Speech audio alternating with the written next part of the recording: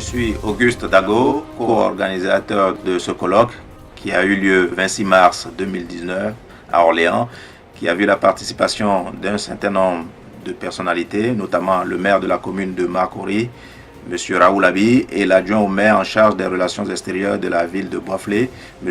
Hugues Ndia, qui sont venus de la Côte d'Ivoire pour participer à ce colloque, en présence bien entendu des autorités de la ville d'Orléans, notamment Madame l'adjointe au maire en charge du développement durable et Madame la directrice des relations internationales de la ville d'Orléans. Ce colloque avait pour terme politique territoriale et développement local. L'objectif étant de permettre aux maires de Côte d'Ivoire de pouvoir s'inspirer du modèle orléanais.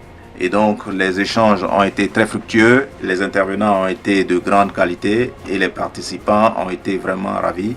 Et ça nous a donné la possibilité de mettre en place un certain nombre de concepts et un certain nombre d'idées que nous allons rendre concrets, notamment au niveau de la levée de fonds pour accompagner les collectivités locales en Côte d'Ivoire, de partenariats publics-privés, mais également l'apport d'une expertise pointue en matière de collecte et de traitement des déchets, et enfin l'attractivité de la ville par la création d'événementiels originaux. En réalité, ce colloque a été une très belle occasion de rencontres, d'échanges fructueux, et donc nous pensons, étant donné les conclusions qui ont été tirées, de pouvoir dans l'avenir réitérer ce colloque à l'endroit de nos maires de Côte d'Ivoire et de nos concitoyens. Merci.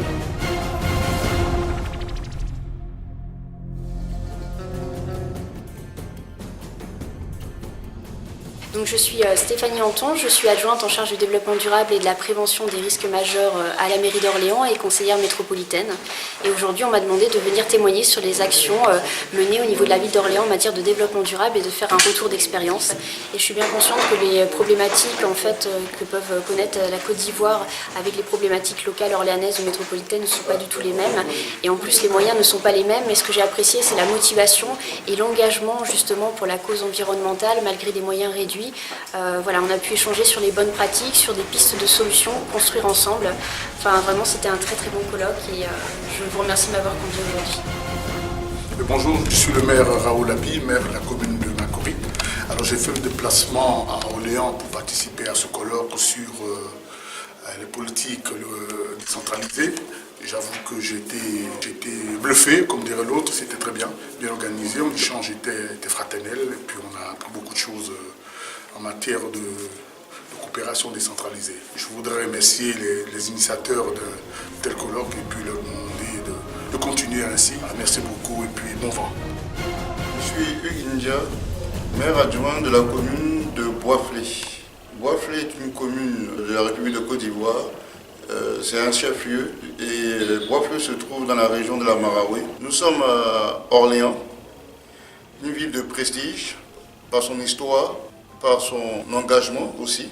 Nous sommes venus assister à un colloque sur le développement durable qui est la clé de développement sur le futur. Donc nous avons vraiment été bien entendus.